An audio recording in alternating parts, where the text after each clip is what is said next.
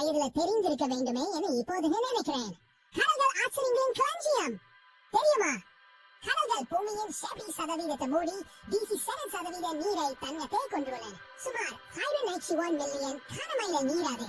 இதில் நாம் ஆராய்ந்தது வெறும் 22% மட்டுமே.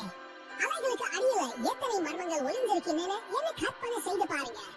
உலகின் நீளமான மலைத்தொடர் அதுவும் கடலுக்குள் தான். 40,000 மைல்களுக்கும் மேல் நீளும் நடுக்கடல் மலைத்தொடராது. கடல்கள் நமது காலநிலையை சீராக்க உதவுகின்றன. நாம் சுவாசிக்கும் ஆக்சிஜனில் 70% உற்பத்தி செய்பவை கடல்வாழ் தாவரங்கள். நன்றி மிதவை தாவரங்களே. உலகின் அனைத்து அருங்காட்சியகங்களிலும் உள்ளதை விட அதிகமான வரலாற்று சின்னங்கள் கடலில் தொடர்ந்துள்ளன. கடலுக்குள் புதையல் வேட்டைக்கு யாராவது தயாரா? கடலின் ஆழங்களில் ஒளி உமிழும் ஜெல்லி மீன்கள், ஆழ்கடல் மீன்கள் போன்ற விசித்திர உயிரினங்கள் வாழ்கின்றன.